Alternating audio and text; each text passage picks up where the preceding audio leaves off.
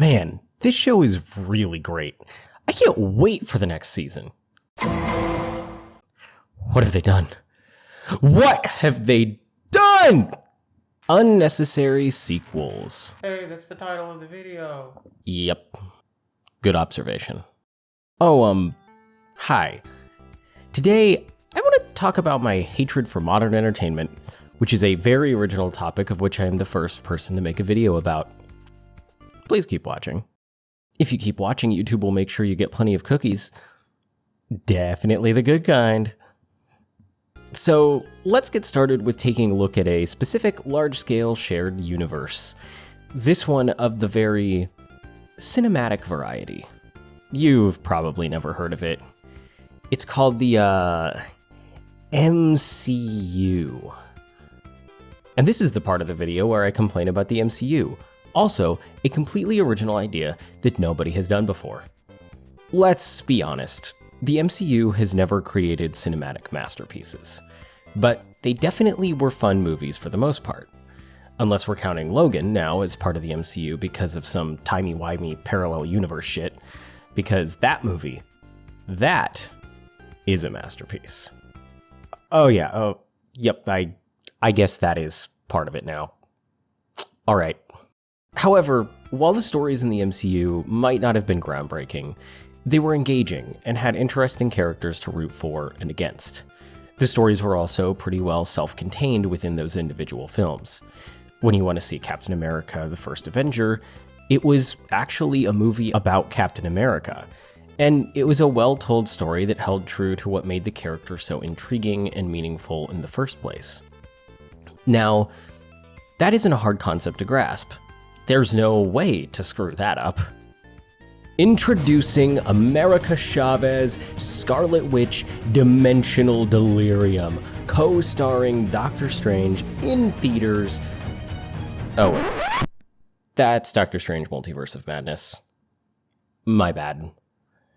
As the franchise has grown, it seems that more and more projects are less about making a good story about the characters that exist within them, and more of a way to just set up the next part of the overall franchise. And for as much as I enjoyed Spider-Man: No Way Home, that feeling lingered with me even as I left the theater for that movie. I couldn't shake the feeling that I had just watched a fun Spider-Man movie just to get a setup for the previously mentioned Doctor Strange in the Multiverse of Madness, and a setup for another whole trilogy of Spider-Man movies. And that essentially is exactly what it was. And as fun as it'll be to see Spidey as more the street-level hero he is, I don't really get why we didn't just start with that in the first place, instead of soft rebooting the whole character. Well, money. Money is why. Why make 3 movies of your biggest hero when you can make 6? Interjecting nose here. I wrote this script a couple months back, and at this point, Deadpool and Wolverine came out. Same issue here for me as with Spidey. Fun enough movie, but the substance of the plot was, well, there just wasn't one. The movie was fan service through and through and really had no meaning other than to shoehorn Deadpool into the MCU with another average MCU movie, this time with sex jokes. I think this was the movie that made me realize I really can't fool myself anymore, and I'm just done with the vast majority of superhero movies in their entirety outside of special projects like the Spider-Verse films. I hadn't really watched an MCU movie in years, and I really thought Deadpool might be up to my standards, but it just isn't for me anymore. All these movies feel so damn formulaic, and that just has me bored. Sorry, Disney and Marvel, it's going to take more than Deadpool talking about pegging to get me back into your stupid movie franchise. Okay, I'm getting tired of being so negative already. Thalnos videos aren't supposed to be like this. I'm going to talk about things I like now. I promise it'll make sense with the video. Probably. Whatever, it's my video, I'm going to do what I goddamn want.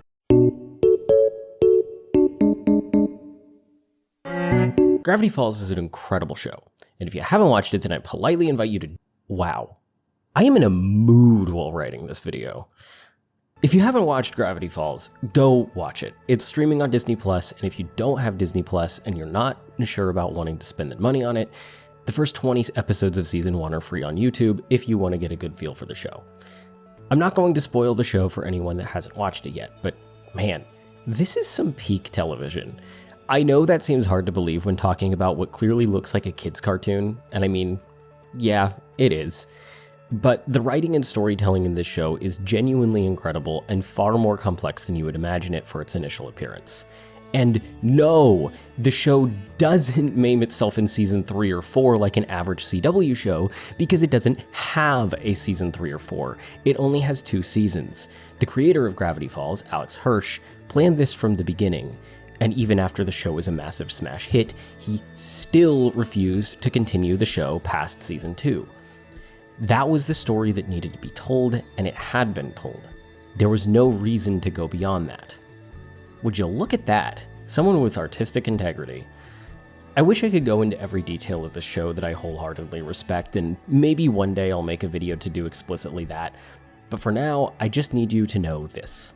Gravity Falls is an incredible show, and it is because of its limited runtime that it can be so incredible. It didn't have an opportunity to ruin itself, or grow the universe so large that it starts breaking its own rules just to be able to continue telling a story. It ends just as soon as it begins, and it knows the story it wants to tell in its relatively short time.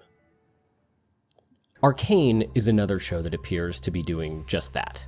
For those that have seen Arcane pop up on Netflix but get scared away because it's tied into the League of Legends universe, I can quell those fears and promptly say that you don't need to know anything about that universe or game. I've never really played League, and honestly, the thought of trying to play that game nowadays with the player base that already exists seems less tempting than eating a Carolina Reaper and following it down with a whole bottle of Frank's Red Hot. With that painful imagery aside, I can safely say that Arcane's story is contained all on its own, and with having no previous knowledge of the characters in the show, Season 1 still placed itself as one of my favorite shows of all time before I even finished all 8 episodes, and certainly one of the best shows available on Netflix. After 4 years since the first season, we're finally getting Season 2, which was also revealed to be the final season. When I watched the trailer and saw that this was the case, I nearly jumped for joy, rather than being sad that this is the last outing with these characters. I have little worry of the story being mishandled within the second season, and instead it brings me hope that Arcane will follow in the footsteps of Gravity Falls. I have hope it will stay true to its core and create an impactful story and leave it there, rather than trying to turn it into a decade-long plan that becomes passionless and overly convoluted after just a couple more seasons. At this point, I'm assuming that my perspective for this video is pretty clear. I tend to believe that when it comes to the media we consume and the franchises we support, I find that less tends to be more. That isn't to say having multiple seasons of a show, multiple sequels, or even creating a franchise that spans decades and generations is inherently a bad thing. But there needs to really be a plan in place from the beginning on what kind of a story needs to be told. Stories don't need to go on forever. In fact, the whole purpose of a story is to have an end. I think it's best to accept that in all things. Memento mori. Remember death. Oh, you're still watching? I don't know, I guess that just kind of felt like a natural stopping point for the video. I guess if you're still here, I can milk this topic even further. Oh, I haven't talked about video games yet, and this channel is kind of all about that, so, yeah, Bioshock! If you're a fan of the Bioshock franchise, and have been around the internet, you probably know that Bioshock 4 has been in development hell for years. Whether or not we ever get to see it, who knows, but as a fan of the original games, I gotta say I kinda hope we don't ever get that 4th game. Bioshock is a trilogy done right, at least in my opinion. And when you're on my channel, my opinion is objectively correct. Welcome to my empire. The original game could technically be a standalone, no problem, but the execution of the sequels leave them as worthy entries into the series themselves without ruining anything from the first game. As with Gravity Falls and Arcane, I'm going to steer away from any large spoilers, so those that haven't played the games should be safe. But if you haven't played the games, what are you doing with your life? Clearly making mistakes. God, I'm really trying to get canceled by my 50 viewers, aren't I? From a story perspective, all 3 games take place in dystopian cities that have disconnected themselves from the rest of the world. Of course, these cities are led by leaders of questionable intent, although their backgrounds are not all the same. These leaders have different political ideals and religious beliefs, and yet their radicalism leads them all to take similar actions and become equally terrible people. If they could all meet together in a room, they would not believe they were the same, and yet their actions would speak to the contrary in many ways. I am far from intelligent enough to get into all the nuances that are prevalent within this series, and this is drastically simplifying everything that is prevalent in these games. But I can confidently say that each entry into this series is densely packed with details and thought-provoking questions, complementing each other as an overall experience. On the gameplay side of that coin, each game builds off the last as well. Each feels very much reminiscent of the last, with no major changes to the basic mechanics at play, and yet they each have their tweaks that feel uniquely their own. Bioshock 2 has more heavy-style weapons than the first game since the main protagonist is a big daddy instead of a normal human. No, I'm not making a joke about the term Big Daddy. Get your mind out of the gutter and back on topic. It also changes the relationship of the player to little sisters from the first game, making them more of a regular gameplay component by adding some wave-based defense sections. There's more to talk about in terms of Bioshock 2, but those are the main differences from the first game, just coming off the top of my head. Moving on to Bioshock Infinite, which includes a bunch of new interesting powers, as well as speeding up the gameplay in general, it still feels and plays very much like Bioshock, while also standing out as a unique entry into the series that takes some more risks than Bioshock 2. This is certainly the title that feels the most different out of the three, but the core of the series is still present at all times. It is still very much a Bioshock game. And of course, there are the audio logs present throughout all three titles. These are where much of the story is really told outside of the environment itself, and it's one of the big secrets that helps the Bioshock games feel so immersive within their worlds. It's the way you learn about the characters and what led the story to the place it's at when you're actually playing through each game. All three entries are masterful at this, and it allows the world building between the whole series to be just about as great as it possibly can be. It's also a feature that is absolutely necessary for a Bioshock game, being a core component of the whole universe's tone. I can really gush about these games.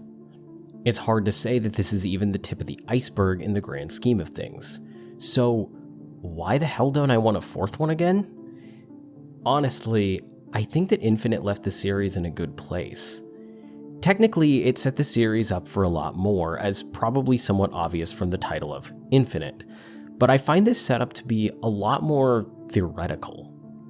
It's opening up the idea of more Bioshock, but it also pretty well tells us that we've seen it all at this point throughout three games. It's hard to totally explain without trying to spoil anything, but hopefully my pea-brain is getting this across okay. Let me explain it one more time. Bioshock opens itself up to the possibility of infinity, but that infinity is the same formula we've already seen throughout the rest of the series. It's still about man achieving too much power and creating a dystopia rather than the utopia they dreamed about. And no matter what kind of beliefs you take into creating that utopia, it always fails. Power always corrupts. Humanity is flawed, and we always will be. Okay, that was getting a little too serious for this video that derailed a while ago. Fun fact, there's also a Bioshock movie in development over at Netflix, and I really don't know how that's going to work. So much of the magic of the games is wrapped up in those audio logs, and I really don't know how they're supposed to adapt that into a movie and make it interesting. Maybe they can surprise me and make a good adaptation. I would love to see more people get the opportunity to engage with the incredible world of Bioshock, but I'm not all that optimistic. Okay, this script was written a long time ago, but they recently announced that the budget for the film got drastically slashed, and they completely have to change the way that they're approaching it. This is probably going to be absolutely terrible. I'm not holding my breath on this movie being good. So class, what did we learn today? Yeah, I had a feeling this video is all over the place. I guess if I had to sum this up, I'd recommend finding new entertainment rather than always relying on the same series that we always consume. Sequels, prequels, continuations, spin-offs, long-running shows, and generational franchises aren't all bad, but a lot tend to get worse over time since they weren't part of the original vision and weren't all that well planned out. It's okay to let go of a franchise, or only take the parts you like. At this point, my Star Wars headcanon consists of the original 6 movies, Clone Wars, and Rebels. Oh, and Rogue One. That was pretty good. And that's okay. I don't have to care about the rest. Don't yell at me, I haven't watched Andor yet, and I'm fully aware that it's not trash. I will get to it eventually. I'm trying to focus more of my time with entertainment on new IPs and new stories, rather than the unnecessary sequels from what we already have. I'm not going to bother going into all the reasons these sequels exist. Outside of some generally good ideas, it clearly mostly boils down to money, like everything in this life. And one of the best ways to combat what we don't like is to spend time on what we do want to see more of. Speaking of that kind of stuff, I have a few recommendations.